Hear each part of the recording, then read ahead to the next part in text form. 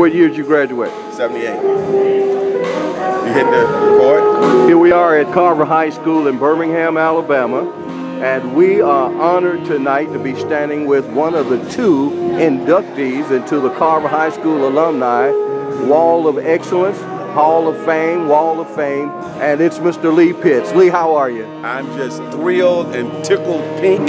I just flew in from Florida. I'd like everybody out there to know that here in Birmingham is in the low 30s, but I came in from a cold front in Florida where it was 85 degrees. I am so happy to be inducted tonight into the Wall of Fame, the Hall of Fame, and everything else you want to call it for Carver High School, along with a distinguished judge. And it's like it's going to just turn out to be a nice event. I see Coach Jeff over there, who was a part of my high school experience when I was there, class of 78. Lee, what year did you graduate? I graduated in 78. If you guys, the distinctive memory of class of 78, that's the first class at Carver High School that actually won the state basketball championship. And that was followed up by a repeat in 1979. 1979, I was gone. I was the president of the student government in 1978, and I was gone on to Talladega College at the time. But nobody, I mean nobody loves Carver High School more than I do. Lee, there may be some people who love it as much. Well, Lee, you are usually the interviewer, so I'm honored to take the camera and interview you today. But let me ask you this question. When you got the notification that you were being inducted into the Wall of Fame, tell me your first response. My first response was I just started reflecting on having gone to Carver High School and all the distinguished people that had come to Carver long before I did, and my humble beginnings at actually coming to Carver, growing up in Collegeville housing projects, and then all the distinguished people that had gone to Carver after I had graduated. And I never thought in my wildest dream that in any way possible anybody would even remember that I existed. So I was just humbled and tickled to death. A lot of awards have come my way over the past 20 years, but I immediately said, this is it. This is from my neighborhood, my people, and so it was the highest honor that I could ever be paid. Well, let me ask you this question. Many times when there is a young man, a young lady coming from a school, as you say, you grew up in the Collegeville projects, the housing area. Continue. So there are many people who grow up in these conditions and use excuses as not having the best books, the best science room, those kind of things. So you went on to Talladega College. How did you feel in terms of your qualifications when you arrived on the campus of Talladega? Well, I was so fortunate when I arrived at Talladega College because I grew up in a household where my mom didn't expect anything less. You had to excel in your books. My mom, fortunately, is sitting right there in the red, and my mom required us to have high academic standards.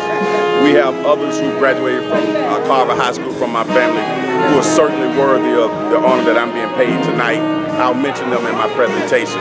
But when I got to Talladega College, the education that I got at Carver High School, one of the great things at Carver is my teachers encouraged me to take college prep courses.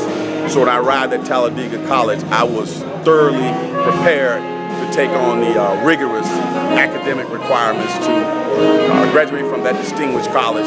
And then I went on to Atlanta University, where I received my master's degree. And from there, I went on into banking, and by age 29, I was a vice president at what you know as Wells Fargo Bank.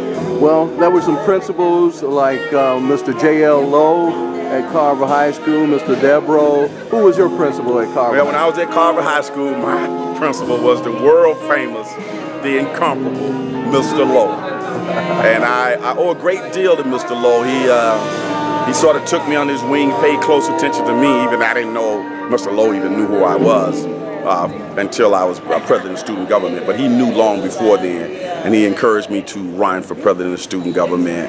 And he was involved in writing my speech for my campaign, which he shouldn't have been doing because administrators shouldn't be writing campaign speeches, but I think he really wanted me to win. One of the things about Mr. Lowe, too, I would say that Mr. Lowe actually recommended me for the youth council, the city of Birmingham Mayor's Youth Council. At the time, the mayor was David Vann, and the young city councilman Richard Arrington. and they had a youth council of about 12 youths from the city of Birmingham, and I was the first black high school student in the city of Birmingham to be a part of the youth council. And I got a chance to meet the young Richard Ayrton at the time, who was the only and the first black city councilor. Well, for the great people of Florida who might vaguely know of the name Dr. A.G. Gaston, growing up in Birmingham, Alabama, in the shadows of Dr. A.G. Gaston, was he any type of inspiration for you? How do you know all this stuff? Did you Google me? Yes, sir. Okay. Well, I met A.G. Gaston actually as a little boy, around 6 years old. My mom enrolled my brother and I into the A.G. Gaston Boys and Girls Club. Now it's the Boys Club at the time, downtown Birmingham. And A.G. Gaston would come over to the Boys and Girls Club, and he would talk to us. And I got a chance to sit in his lap. Of course, I didn't know. I was only 6 years old. I didn't know I was sitting in somebody's famous lap.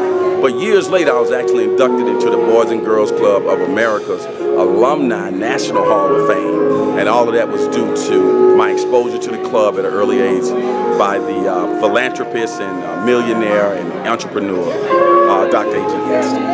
Awesome, awesome. Well, again, congratulations to you, Lee Pitts. You have not only done well, but you've raised the name of Carver High School and the city of Birmingham all across this world, not just in Florida, but all across this world. Well, you are a worthy recipient and guest speaker, and I might say that I've been involved with this movement here, this induction, for several years. I'm not a graduate of Carver, but Carver High School, you know the old saying, everywhere we go, people want to know who we are. And so what do we tell them? We are the Rams, the mighty, mighty Rams.